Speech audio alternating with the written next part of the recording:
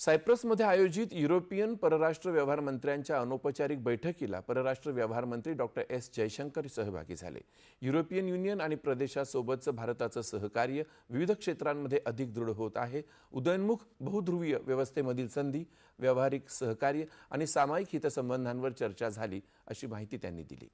या बैठकीच्या पार्श्वभूमीवर त्यांनी सौदी अरबचे परराष्ट्र व्यवहार मंत्री फैसल बिन फरहान यांच्यासोबत झालेल्या बैठकीत पश्चिम आशियाच्या परिस्थितीबद्दल चर्चा केली।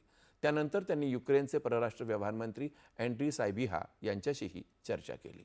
जयशंकर यांनी आज स्पेनचे परराष्ट्र मंत्री होजे मॅन्युअल अल्बारेस यांचीही भेट घेतली। या बैठकीत भारत आणि स्पेन यांच्यातील व्यापार, तंत्रज्ञान, संरक्षण आणि लोकांमधील परस्पर संबंधांच्या पुढील टप्प्यांवर चर्चा केली। युरोपियन युनियनच्या मानव संसाधन विभागाच्या उपाध्यक्षा काजा कल्लास यांच्यासोबतच्या चर्चेत भारत युरोपियन युनियन सहकार्य आणि पश्चिम आशिया परिस्थितीवर जयशंकर यांनी संवाद साधला। एस्टोनिया, फ्रान्सच्या परराष्ट्र मंत्र्यांची तसंच पोलंड, नेदरलँड आणि रोमानियाचे राष्ट्रप्रमुख यांच्याशी देखील त्यांनी संवाद साधला।